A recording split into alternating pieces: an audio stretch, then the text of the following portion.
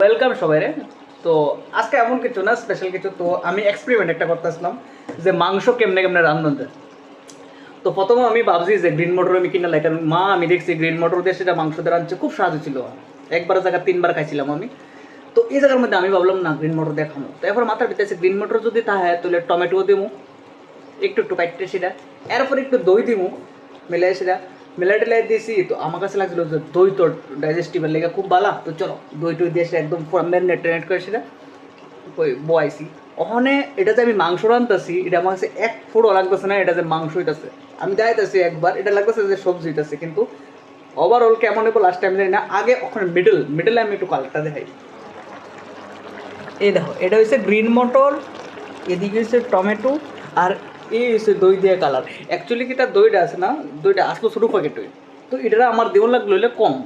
আর আমি এটা এত কোয়ান্টিটি দিয়ে দিচ্ছি, অনেক এটার কালারই চেঞ্জ হয়ে গেছে এটা। আর নর্মালি মাংসের কালার যদি একটু লাল লাল কষা যদি না হয়, তো মনে হয় না আমরা বাঙালিটার ভালো লাগে।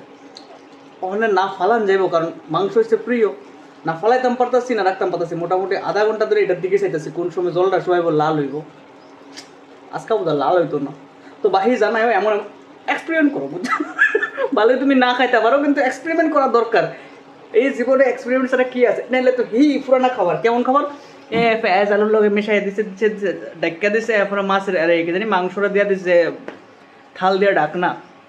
এরপর 1.5 ঘন্টা পরে দিয়েছে চাইছে, ও সতলাইন না মাংস বাটির ভিতরে লিয়ে খাইছে। তো এটার ভিতরে কিন্তু তোমার মনের ভিতরে ডর থাকবো যে নতুন জিনিস করতেছি।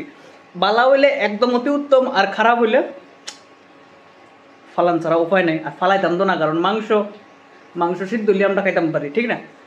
তো চলো দেখি কি হয়। বাহিটাটা